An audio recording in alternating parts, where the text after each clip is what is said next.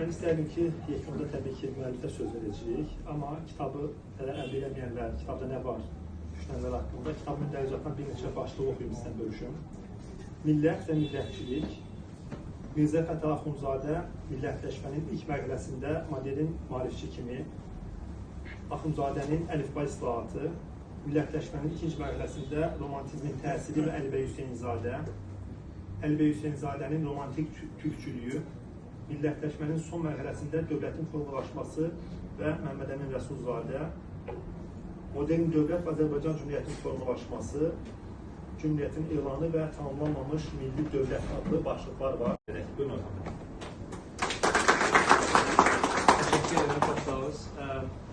Əvvəla xoş gördüyünüz üçün təşəkkür edirəm, minnətdarlığımı bildirirəm. Xoş oldu. Başqa Bəxtiyar müəllim bizim Bakı Dövlət Universitetində ümumiyyətlə zehnimizin biləcəyindən oynanarak keçməsini xüsusi xidmət olmuş dəyərli insanlardan birisidir. Əkbər müəllim həmçinin çox xoş sözlər söylədim. Mətin müəllim və dəyərli dostum görmədilər. Çox təşəkkür edirəm. Axtarılan məsələ nədir və ya məsələlər nədir? Mən qeyri-ixtiyari olaraq dedim ki, kimlik. Və o mənə dedi ki, o zaman sən kimlikdən yazmalısan və uzun bir mütaliədən sonra Əkbər müəllimlə o dövründəki müzakirələrimizi xatırlayıram.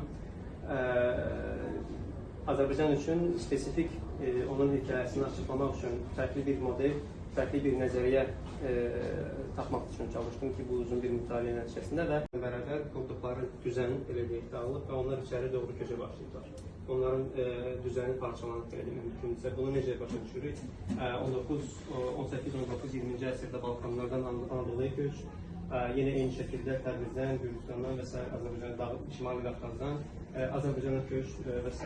Bunun nəticəsində fərqli bir hekayə Azərbaycana yaranır və buna görə də Miroslav Proşun nəzəriyyəsinin və modelinin